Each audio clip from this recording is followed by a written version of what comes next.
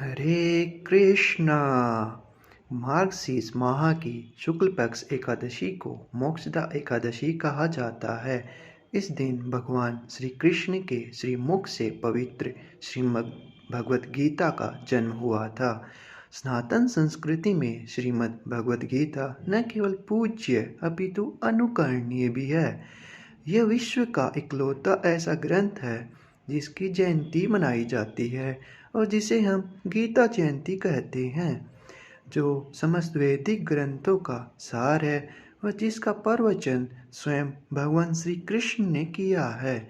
गीता महात्म्य में कहा गया है कि जो भगवत गीता को निष्ठा तथा गंभीरता के साथ पढ़ता है, उसके सारे पूर्व दुष्कर्मों के फलों का उस पर कोई प्रभाव नहीं पड़ता। वह मोक्षदा एकादशी का ही वह पावन दिन है जब इस धरा पर भगवत गीता का उद्धरण हुआ। जो कोई मनुष्य इस पवित्र ग्रंथ में बताए गए सिद्धांतों को ग्रहण करते हैं, वे अपना जीवन पूर्ण बनाते हैं। वह जीवन की सारी समस्याओं का स्थायी हल भी पाते हैं। आज हम अति पुण्यदायिनी मोक्षदा एकादशी के विषय में चर्चा करेंगे। विष्णु पुराण के अनुसार मोक्षदा एकादशी का व्रत वर्ष की अन्य 23 एकादशियों का उपवास रखने के बराबर है। इस एकादशी का पुण्य पितरों को अर्पण करने से उन्हें मोक्ष की प्राप्ति होती है। ब्रह्मांड पुराण में मार्गशीर्ष महीने के शुक्ल पक्ष में आने वाली मोक्षदा एकादशी का महत्व भगवान श्री कृष्ण महाराज युधिष्ठिर को बताते हैं। एक बार महाराज युधिष्ठिर ने भगवान से कहा, हे भगवान, आप तीनों लोकों के स्वामी, सबको सुख देने वाले और जगत के पति हैं। मैं आपको नमस्कार करता हूँ। हे देव, आप सबके हितैषी हैं, अतः मेरे इस संशय को दूर करके मुझे बताइए कि मार्गशीर्ष एकादशी का क्या नाम है, उस दिन कौन से देवता का पूजन किया जाता है और उसकी विधि क्या है। कृपया मुझे आप ये सब बताएं। तब भक्तवत्सल भगवान श्री कृष्ण कहने लगे कि हे धर्मराज, तुमने बड़ा ही उत्तम प्रश्न किया है। इसके सुनने से तुम्हारा यश संसार में फैलेगा।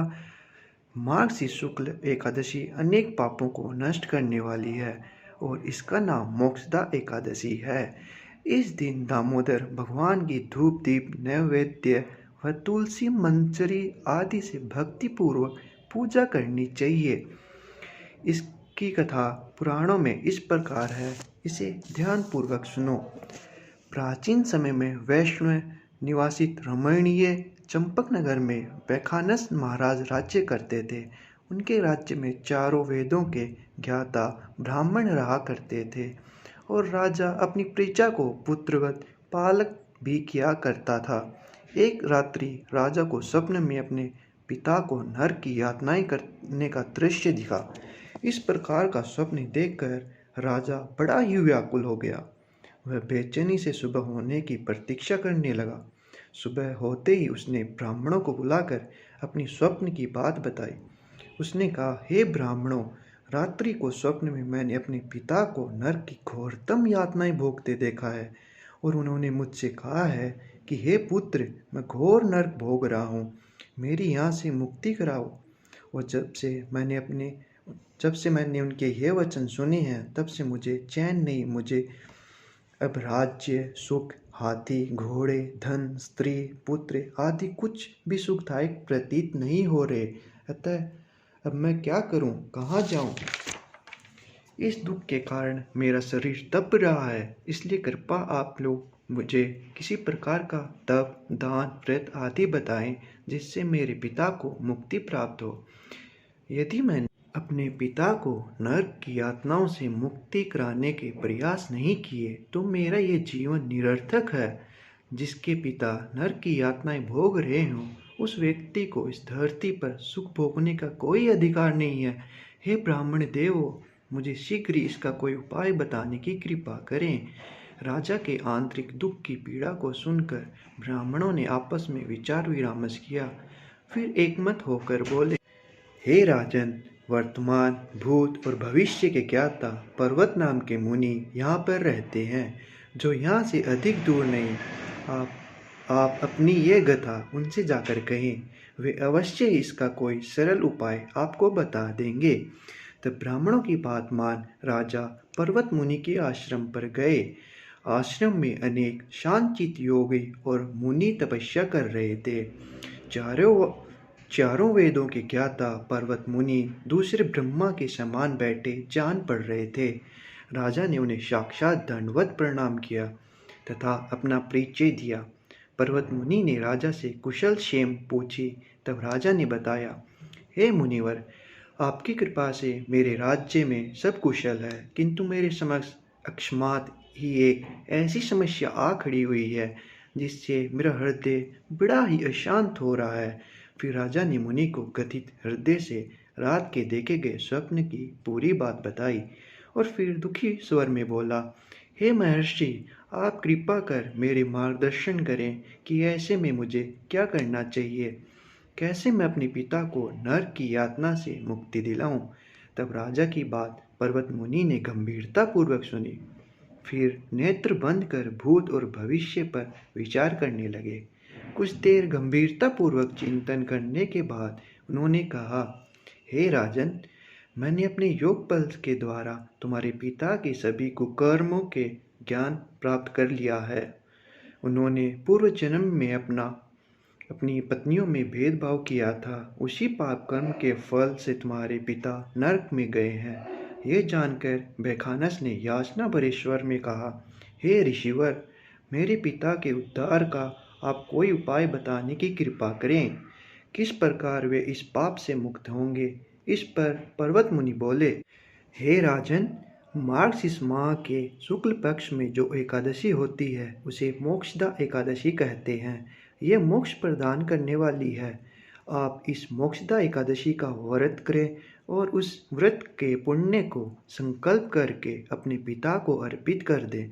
एकादशी के पुण्य प्रभाव से अवश्य ही आपके पिता की मुक्ति होगी। पर्वत मुनि के वचनों को सुनकर राजा अपने राज्य को लौट आए और परिवार सहित मोक्षदा एकादशी का व्रत किया। इस व्रत के पुण्य को राजा ने अपने पिता को अर्पित कर दिया, जिससे इस पुण्य के प्रभाव से राजा के पिता को सहज ही मुक्ति मिल गई। स्वर्ग को प्रस्थान करते हुए राजा के पिता ने कहा, हे पुत्र, तेरा कल्याण हो। और इतना कहकर राजा के पिता ने स्वर्ग को प्रस्थान किया। पांडुपुत्र, जो मनुष्य मार्गशीर्ष माह के शुक्ल पक्ष की एकादशी का उपवास करते हैं, उनके सभी पाप नष्ट हो जाते हैं और अंत में वे स्वर्ग लोक को प्राप्त करते हैं। इस उपवास से उत्तम और मोक्ष प्रदान करने वाला कोई भी दूसरा व्रत नहीं है। यह उपवास मोक्ष प्रदान करने वाली चिंतामणि के समान है, जिससे उपवास करने वालों की सभी मनोकामनाएं पूर्ण होती हैं। हे राजन, प्रत्येक मनुष्य की प्रबल इच्छा होती है कि वह मोक्ष प्राप्त करे। इसलिए मोक्ष की इच्छा करने वालों के लिए मोक्षदा एकादशी का यह उपवास अति महत्वपूर्ण है। अतः भगवान श्री हरि विष्णु के निमित्त यह उपवास पूर्ण निष्ठा व श्रद्धा से करना चाहिए। तो आइए हम सभी भी भगवान श्री कृष्ण को अत्यंत प्रिय इस एकादशी के व्रत को रखें, जो जीवन के सर्वोच्च लक्ष्य भक्ति में अत्यंत सहायक है। वह इस दिन अधिक से अधिक नाम संकीर्तन करे, जप करे व विशेषतया भगवत गीता का अध्ययन करें तथा अपनी शारीरिक आवश्यकताओं को कम करते हुए अपना संपूर्ण ध्यान भगवान श्री कृष्ण के श्री चरणों में रमाएं। मोक्षदा एकादशी के पावन अवसर पर इस्कॉन के सभी मंदिरों में भगवत गीता यथारूप तथा शास्त्रों के स्वरूप अनेक छोटी बड़ी किताबों का वितरण किया जाता है, ताकि प्राणी मात्र तक भगवान का ये दिव्य संदेश पहुंच सके। आप सभी भी इस पुण्य कार्य में सहभागी बने। पुस्तकों को खरीद कर उनका अध्ययन कर उनका वितरण कर अपना ये मनुष्य जीवन सफल बनाएं। धन्यवाद। हरे कृष्णा।